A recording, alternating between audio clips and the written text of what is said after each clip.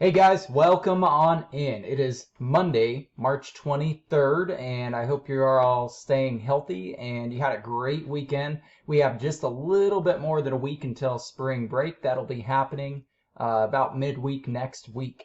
Okay, let's get after it today. You're going to go to the Language Arts course card, click there. Now, once that opens, you're going to go to the very top of your page where it says Monday Reading and Questions, March 23rd, ReadWorks Instructions. Please click on that link right there.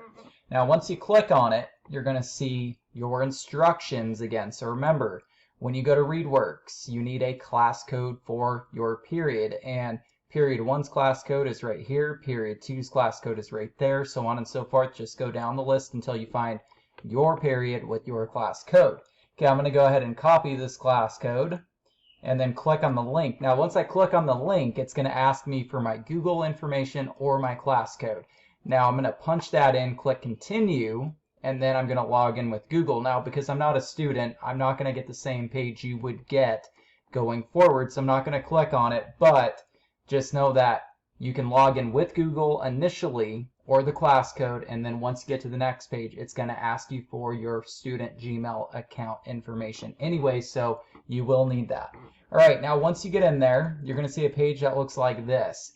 And today you are reading the Run Series number 2. Remember, you started this last week, so you read number 1. This week it's number 2. And when I click on it, I'm going to see a passage right here.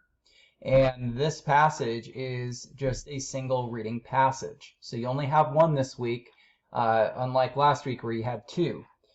Then you've got some vocabulary, so you need to go through the vocabulary that's provided. Shouldn't take too long. And then there is a question set with 10 questions. So what you're going to do is scroll down, answer each question so that you can get full credit. So once again, there are 10 questions. Okay, so make sure to go through all 10.